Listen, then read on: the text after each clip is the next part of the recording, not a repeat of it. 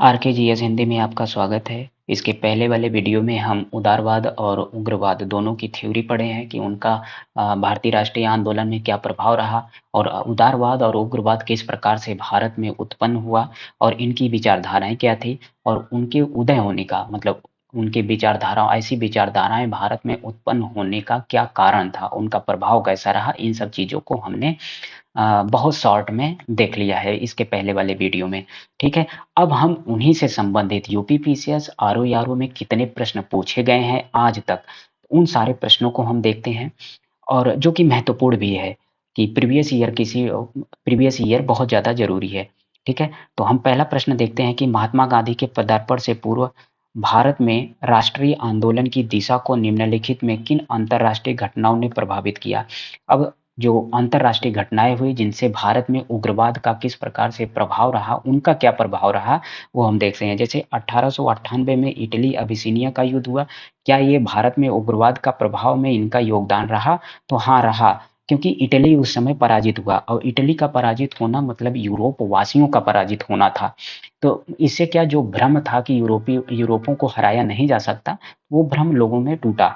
चीन का बक्सर आंदोलन, तो उस समय चीन, आयरलैंड, मिस्र ऐसी जगहों पर साम्राज्यवाद बहुत ज़्यादा चरम पर था। तो उनके विरुद्ध में क्या हुआ कि आंदोलन होना शुरू हुआ। तो चीन में भी एक आंदोलन हुआ, बक्सर आंदोलन, उसी दरमियान। और उस समय भारत में जो उग्रवाद था वो शुरुआत हो रहा था, मतलब क्रांतिकारी विचारधाराएं पनप रही थी और जो अंग्रेजों का भ्रम था वो धीरे धीरे टूट रहा था कि हम अंग्रेज भारतीयों में जो भ्रम पैदा हुआ था कि हम अंग्रेजों को हरा नहीं सकते, हम उनको धीरे धीरे लोगों के मन में आने लगा कि नहीं, हम अंग्रेजों को हरा भी सकते हैं। इन्हीं सब घटनाओं से आयरलैंड में भी क्रांतिकारी आंदोलन होना शुरू हुआ, इसका भी प्रभाव भारत में रहा। रूस जापान के युद्ध में जापान का विजय। अब देखिए 1905 में जब जापान ने रूस को हराया तो ये भी बहुत ज़्यादा ज़रूरी था, क्योंकि जापान कैसी कंट्री है, एशिया की। रूस है, रूस में गोरे थे। तो जब एशिया कंट्री एक कोई है वो गोरों को हरा दिया, तो ऐसी विचारधाराएं भारत में भी आने लगी कि नहीं, गोरों को हराया जा सकता है। ठीक है, तो इस प्रश्न का जो उत्तर होगा वो डी होगा, 1 2 3 4। ठीक है, अगला प्रश्न देखते हैं। निम्नलिखित में से किस आंदोलन के कारण, देखिए किस आंदोलन के कारण भारतीय राष्ट्रीय कांग्रेस का विभाजन हुआ, मतलब किस ऐसा कौन सा आंदोलन है जिसके बाद कांग्रेस का विभाजन हुआ, किसमें, नरम दल और गरम दल। तो सबको पता है कि 1907 में कांग्रेस का विभाजन हुआ नरम दल और गरम दल में। ये किस आंदोलन के बाद हुआ? ठीक है, ये स्वदेशी आंदोलन के बाद हुआ। ठीक है, बंगाल का विभाजन हो रहा था, स्वदेशी आंदोलन उसमें बहुत ज़्यादा चरम पे था। तो उसी के बाद, और इसमें विवाद था, कौन सा विवाद था कि स्वदेशी आंदोलन और जो विदेशी वस्तुओं का बहिष्कार था, उसमें जो उदारवाद था। ठीक है, उदारवादी लोग चाहते थे कि ये जो आंदोलन है, स्वदेशी आंदोलन और जो विदेशी वस्तुओं का बहिष्कार है, ये बंगाल के अंदर तक ही सीमित रहे, मतलब बंगाल में ही सीमित रहे।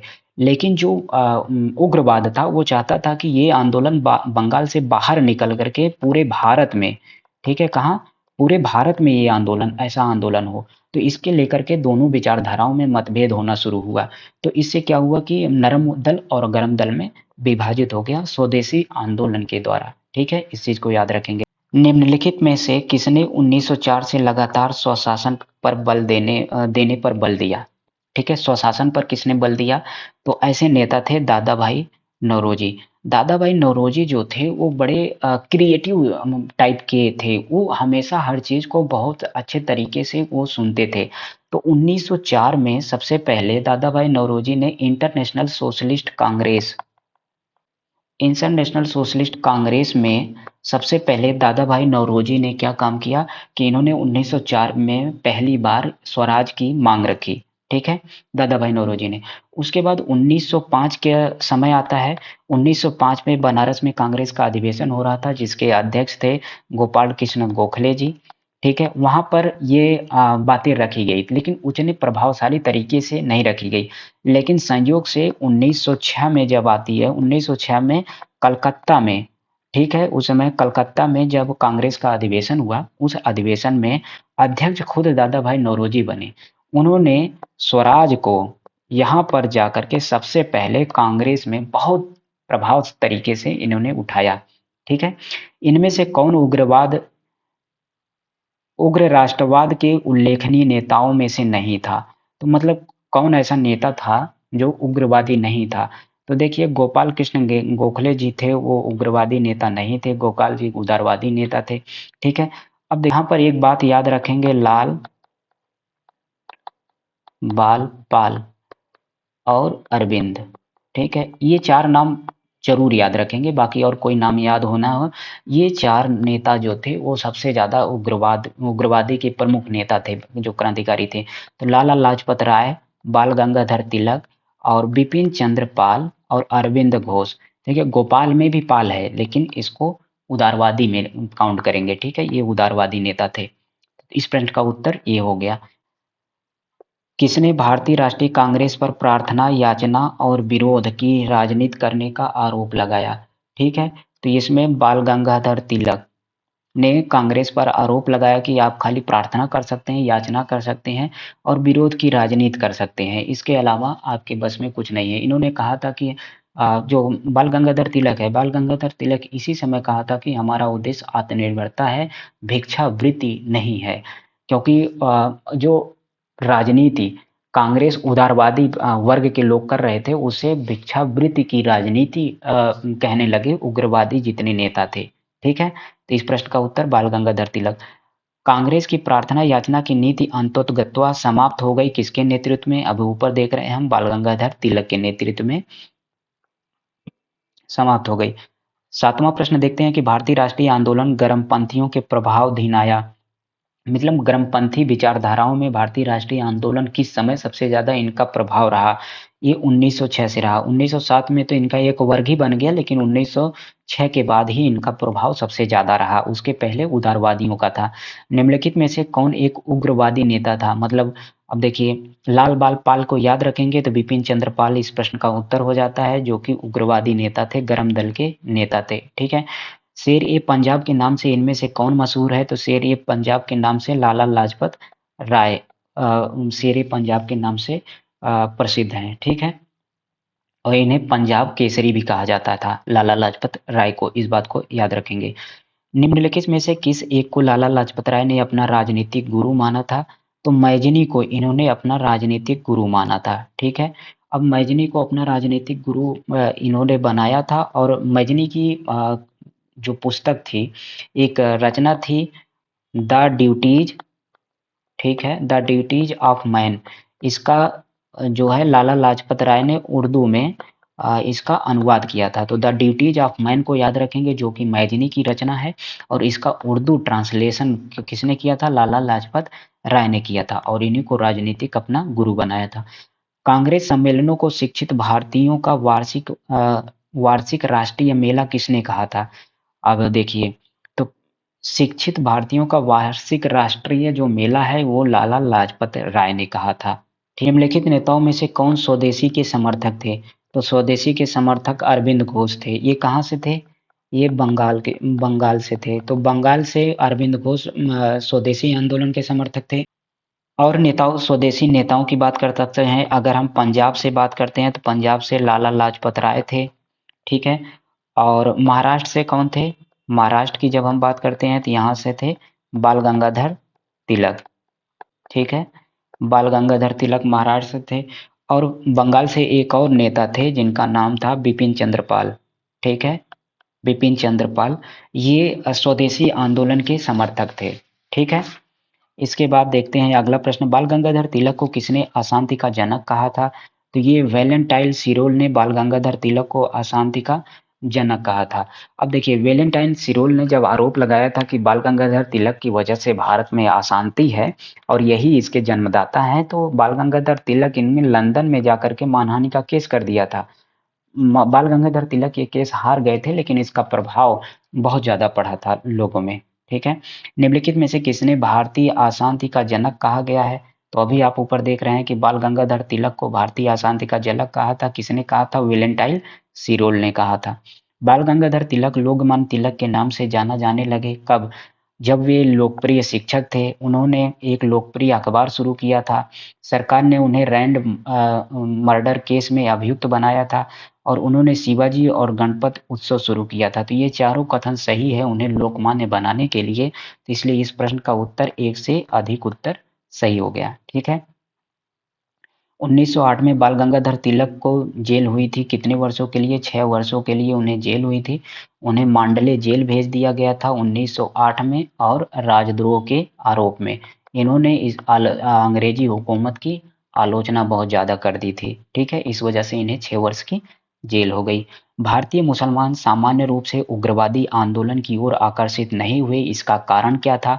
तो भारतीय मुसलमान उग्रवाद की तरफ, मतलब जो क्रांतिकारी आंदोलन है उस तरफ ज़्यादातर उनका विचार नहीं गया। क्यों नहीं किया जी? क्योंकि जो उग्रवादी नेता थे वो हिंदू अतीत का राग आलापते थे।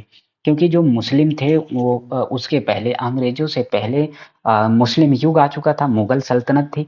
इन सब चीज़ों से जो अपने नेता थे वो क्षुब्ध थे, बहुत ज़्यादा उन्हें दुख था। तो वो जब भी कोई बात करते थे तो वो हमेशा अपने राष्ट्रीय जो अपनी पुरानी जो प्राचीन सभ्यता थी उसका उन्होंने वो बखान करने लगते थे, जिससे ये चीज़ें मुसलमानों को रास नहीं आती थी। जैसे अरविंद घोष की अगर हम बात करते हैं तो उन्होंने कई दफ़ा कहा है कि स्वतंत्रता हमारे जीवन का उद्देश्य है, और ये हिंदू धर्म से ही इस उद्देश्य की पूर्ति हो सकती है। जब आप किसी मुसलमान के सामने जब हिंदू धर्म की बात इस तरीके से करेंगे कि सिर्फ इसके द्वारा, अगर आपको सबका साथ चाहिए तो थोड़ा सा आपको मतलब जो धार्मिक भावनाएं हैं उन सब चीज़ों को अपने मन में उनको श्रद्धा के रूप में रखनी पड़ेगी। ठीक है, तभी जा करके सबको साथ ले पाएगा। इसीलिए धर्मनिरपेक्ष भी अपने संविधान में आया। इसकी शुरुआत हुई। राष्ट्रीय एक धर्म है और वह ईश्वर की देन है। ये सभी अरविंद घोष अपने भाषणों में कहते थे। इससे जो भारतीय मुसलमान थे वो ज़्यादातर उग्रवाद की तरफ उनका रुझान नहीं हुआ। महाराष्ट्र में गणपति पर्व का श्री गणेश किसने किया था? देखिए, महाराष्ट्र में गणपति का श्री गणेश जो गणपति पर्व था, शिवाजी पर्व था, इन सब चीज़ों को बाल गंगाधर तिलक मनाए थे। ठीक है। महात्मा गांधी के साथ निम्न मुसलमानों में किसने बाल गंगाधर तिलक की अर्थी उठाई थी? ये बहुत ज़्यादा इम्पोर्टेंट है। तो महात्मा गांधी के साथ जो है ये शौकत अली। ठीक है, महात्मा गांधी के साथ शौकत अली और डॉक्टर सैफुद्दीन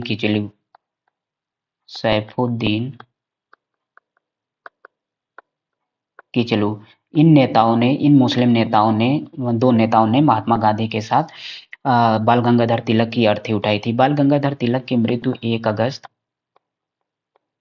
1920 को हो गई थी। ठीक है। और अगर आप बात करते हैं कि जो उस समय शोक गीत किसने पढ़ा था, कभी कभी प्रश्न में पूछ लिया जाता है। तो शोक गीत जो पढ़ा गया था वो पढ़ा गया था मौलाना हसरत मोहानी के द्वारा। तो मौलाना हसरत मोहानी के द्वारा शोक गीत पढ़ा गया था। ठीक है। कांग्रेस के नरम दल के नेताओं की आंदोलन की पद्धति, नरम दल किस तरीके से, ये संवैधानिक तरीके से बात करता, संवैधानिक तरीके से आंदोलन करते थे। तो राज वामबद्ध आंदोलन के तरीके से ये करते थे। ठीक है। राज वामपंथ मतलब कॉन्स्टिट्यूशनल एजिटेशन। ठीक है, इस सब चीजों से। अधिकतर नरमपंथी नेता कौन थे? अधिकतर जो नरमपंथी नेता थे वो शहरी क्षेत्र से आए थे। नरमपंथी, अभी आपने इसके पहले वाले वीडियो को आप अगर ध्यान से देखेंगे तो 1885 में कांग्रेस की स्थापना से 1905 तक उदारवाद का प्रभाव रहा है कांग्रेस में।